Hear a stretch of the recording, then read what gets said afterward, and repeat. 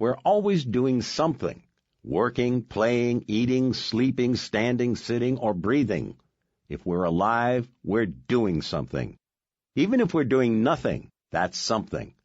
Every minute of every day, the question is never, will we be doing something? But rather, what that something is we'll be doing. Sometimes what we do doesn't matter, but sometimes it does. And when it does, what we do defines our life more than anything else. In the end, putting together a life of extraordinary results simply comes down to getting the most out of what you do when what you do matters. Living for productivity produces extraordinary results.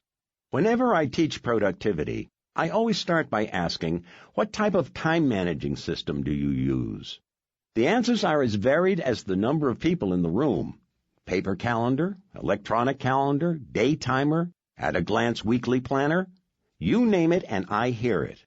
I then ask, so how did you choose yours?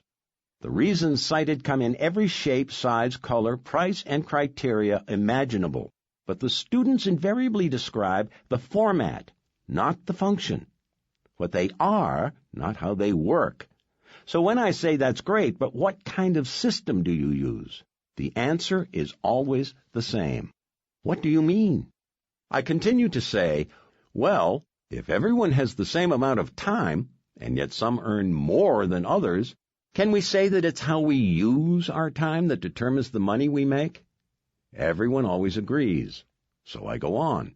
If this is true, that time is money, then the best way to describe a time-managing system might just be by the money it makes. So do you think you're using the $10,000 a year system? The $20,000 a year system, the $50,000, $100,000, or $500,000 a year system? Are you using the $1 million plus system? And then silence. Until inevitably someone asks, how do we know? To which I reply, how much do you make? If money is a metaphor for producing results, then it's clear. A time-managing system's success can be judged by the productivity it produces. The strange thing about my life is that I've never worked for anyone who wasn't a millionaire or didn't become one. I didn't set out for this to happen. It just did. And the most important thing I learned from these experiences is that the most successful people are the most productive people. Francine J. said, my goal is no longer to get more done, but rather to have less to do. Productive people get more done, achieve better results, and earn far more in their hours than the rest. They do so because they devote maximum time to being productive on their top priority, their one thing. They time block their one thing, and then protect their time blocks with a vengeance. They've connected the dots between working their time blocks consistently and the extraordinary results they seek. Time blocking. I often say that I come from a long line of lethargic people. This is usually good for a laugh, but it's also true. It seems at times that my genes just might have more in common with the tortoise than the hare.